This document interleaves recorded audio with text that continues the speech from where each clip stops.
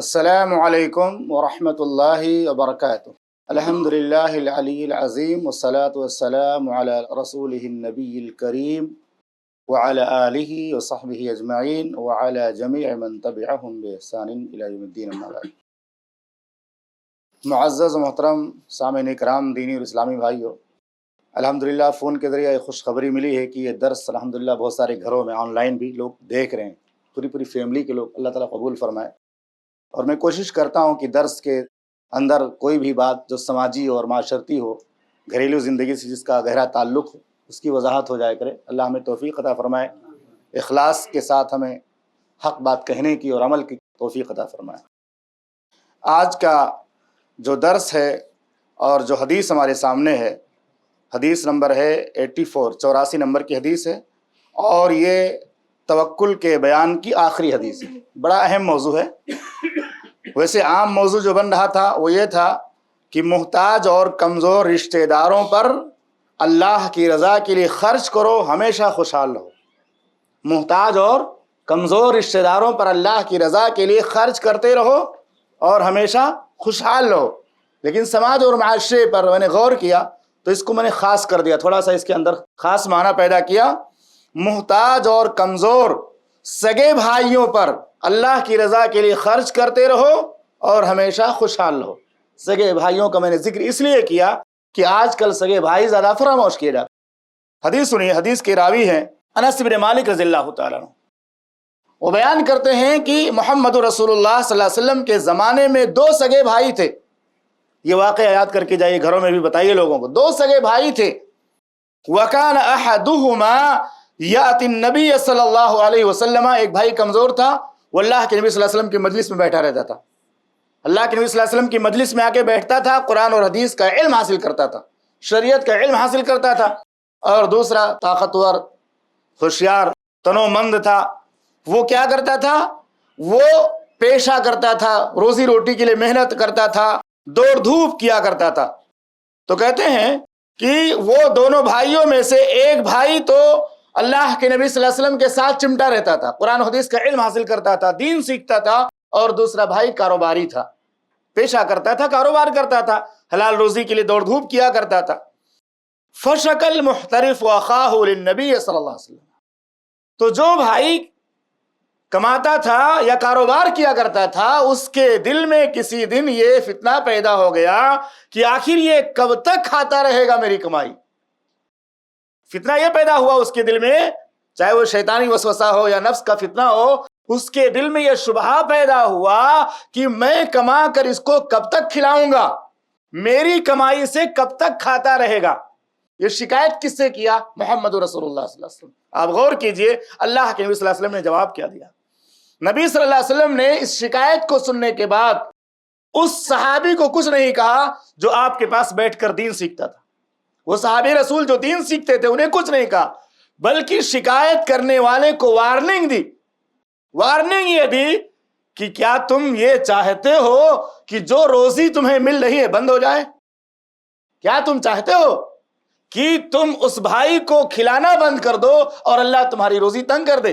لعلک ترزق بہ، کیا پتا کہ شاید اللہ تمہیں جو روزی دے رہا ہے اسی کمزور یا محتاج یا اپاہج بھائی جو کما نہیں پا رہا ہے، جس کے پاس اتنی دماغی صلاحیت نہیں ہے، جسمانی صلاحیت نہیں ہے، وہ نہیں کچھ کما پاتا ہے، اس کے نصیب میں اتنی زیادہ روزی نہیں لکھی ہے، کسی وجہ سے وہ کما نہیں پا رہا ہے، ہو سکتا ہے اسی کو کھلانے پلانے کی وجہ سے تمہاری روزی تمہیں مل رہی ہو۔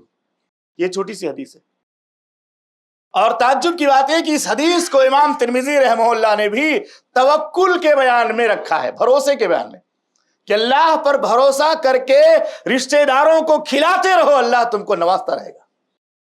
رشتہ داروں کو کھلاتے رہو، اللہ تمہیں نوازتا رہے گا، تمہاری رزق میں کبھی کمی نہیں آئے گی۔ اور وہ حدیث ہم سب کو معلوم ہے کہ جو آدمی صلہ رحمی کرتا ہے اللہ اس کی عمر بھی بڑھا دیتا ہے اور روزی بھی ہمیشہ اس کی کشادہ رہتی ہے۔ صلہ رحمی کرنے کے 2 بڑے فائدے، ایک ہی زندگی میں برکت اور عمر میں برکت، دونوں اللہ تعالیٰ بڑھا دیتا ہے۔ تو امام ترمذی نے بھی باب التوکل میں اللہ پر بھروسہ کرنے کے بیان میں اس کو ذکر کیا۔ بھروسہ کیسے؟ کہ اپنے بھائی پر جب خرچ کرو تو یہ بھروسہ اور یقین رکھو کہ اللہ جتنا تم خرچ کرتے ہو اس کا کئی گنا تم کو دے گا۔ اگر 1000 تم دے رہے ہو نا تو 10,000 برکت اللہ تمہیں دے دے گا. ادھر سے تم دو گے ادھر سے مل جائے گا.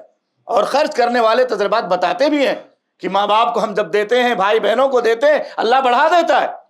اور جب کھینچ لیتے ہیں، نہیں دیتے کسی وجہ سے، ناراضگی کی وجہ سے، کسی وجہ سے، اللہ روزی تنگ کر دیتا ہے، کاروبار ٹھپ ہو جاتا ہے، کمائی کم ہو جاتی ہے.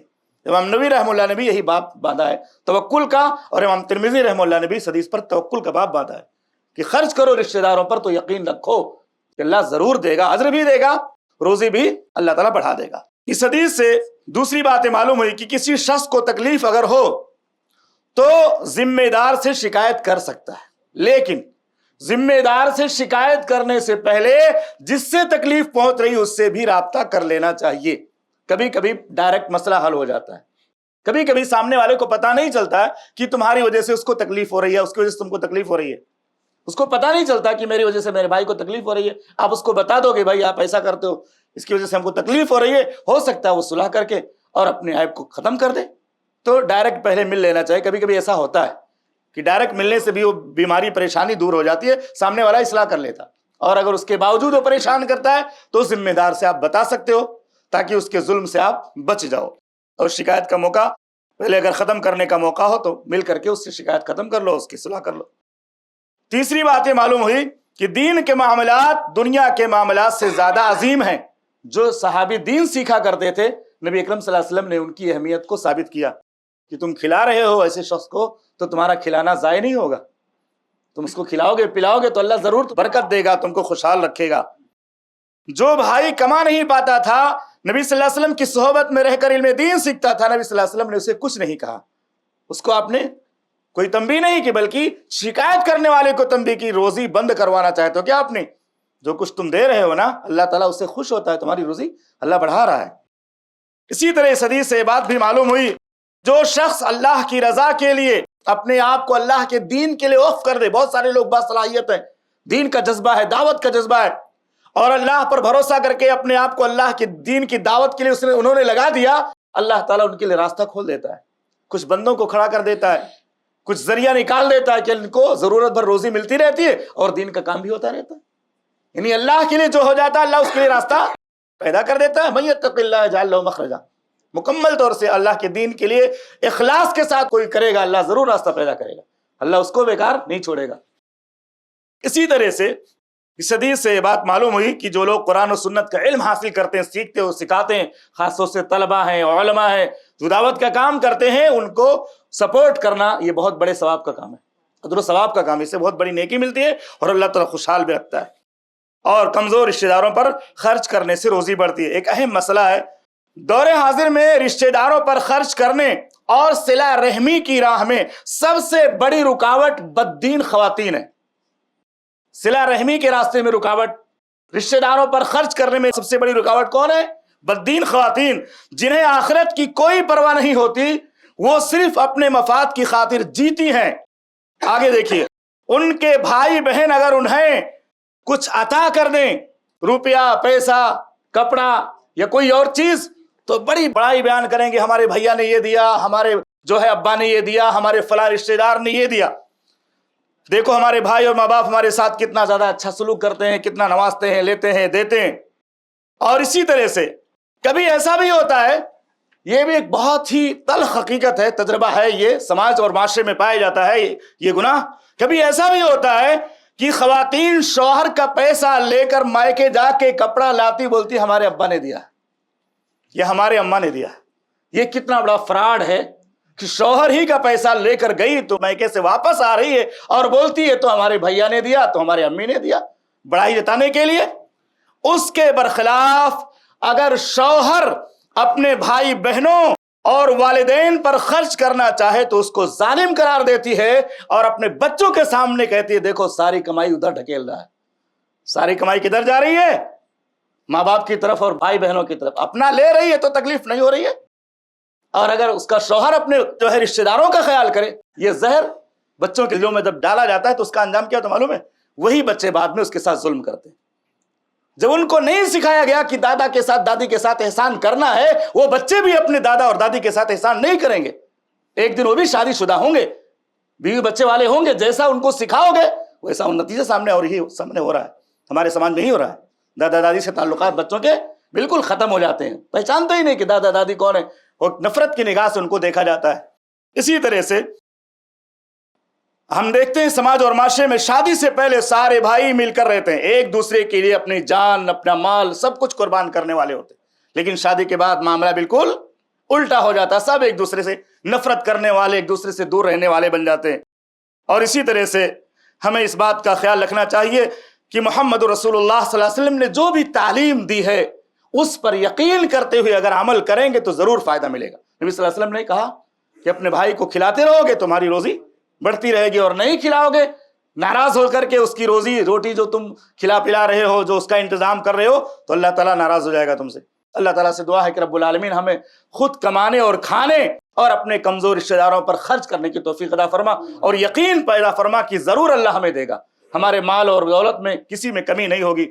اللہ رب العالمین ہم سب کو ایمان کے ساتھ موت نصیب فرما. آمین و صلی اللہ علیہ وسلم. ایسے ہی فائدے مند اسلامک ویڈیوز دیکھنے اور منہج سلف پر کتاب و سنت کی تعلیمات کو عام کرنے میں ہمارا تعاون کریں, تاکہ آپ کے لیے ذریعہ نجات, جنت کے حصول کا سبب, ساتھ ہی مال میں برکت و اضافے کا ذریعہ بھی بنے.